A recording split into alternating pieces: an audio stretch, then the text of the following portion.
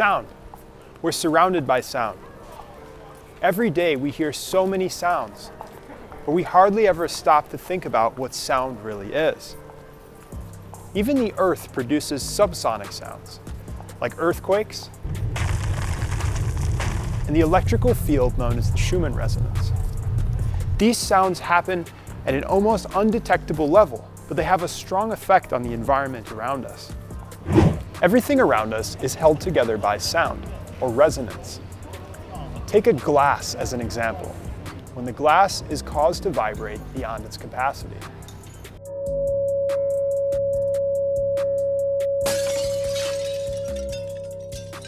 Nikola Tesla even claimed to have built an earthquake machine. Using the same principle, the machine would match the resonant frequency of a building and reduce it to rubble. Of course, sound does do more than just destroy things. What about music?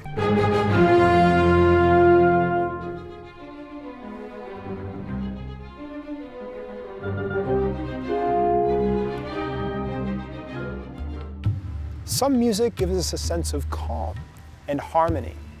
Traditional music uses acoustic instruments made of natural materials like wood, clay, and animal skins.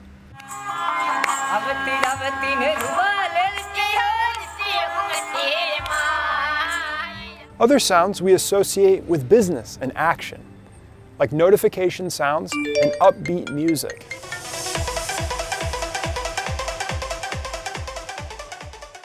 Some sounds are so disturbing, we can get headaches, nausea, and anxiety just by coming in contact with them.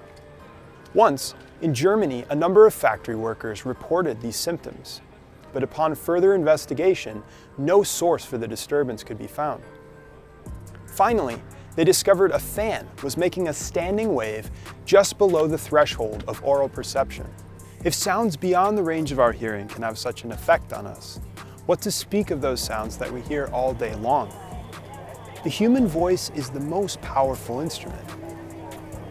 The voice can convey not only musical expression, but also thought, emotion, and action. We can sense what someone means when they say it. We can sense if they are calm,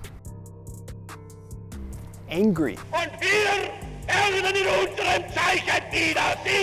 or even afraid.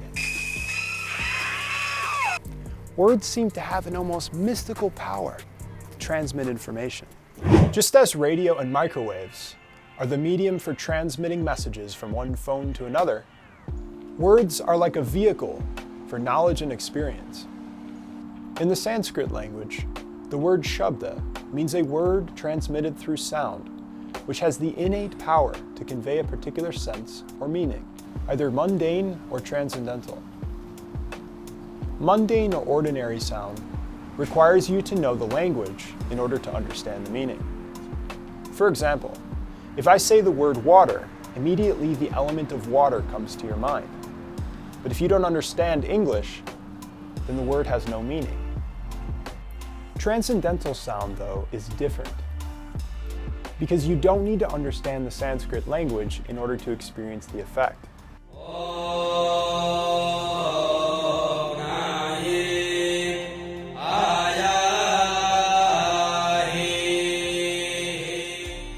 You see, mantra is connected with the Atma, or the consciousness, and has the power to purify the mind and senses. Depending on the quality of the receiver, that sound can make direct contact with the self, revealing knowledge far beyond the range of our perception. Generally, we think that speech begins in the throat, or that hearing comes from the ears. But according to the Vedic perspective, this isn't necessarily the case. For example, written word doesn't have to be spoken in order for us to hear it in our minds. In a similar way, speech begins first on the subtle level before manifesting on the physical. The Rig Veda explains that sound passes through 3 subtle stages before ever manifesting as speech.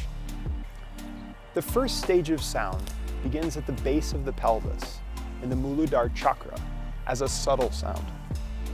Next, that subtle sound moves to the navel, where it begins to manifest as forms and colors.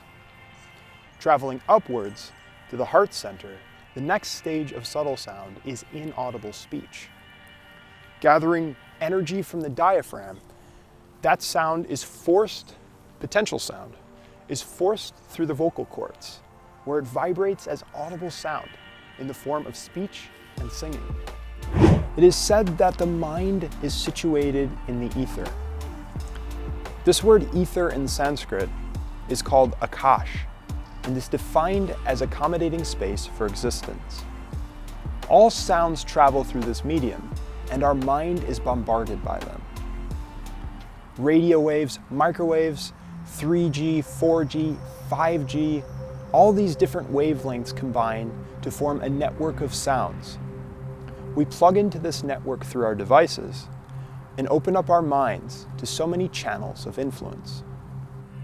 In addition to what we hear on TV and online, we hear the sounds of so many machines running just to keep up with our modern world.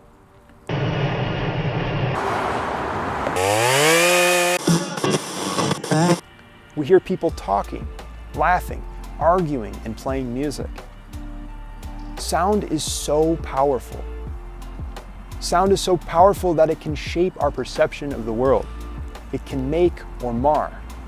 And this is why, in this age, the great teachers of Vedic science recommend the process of divine sound as the means to attain enlightenment and inner fulfillment. Thanks for watching. Please stay tuned for our next video on mantra. If you have any questions, leave them in the comments below. Please like, subscribe, and hit the bell.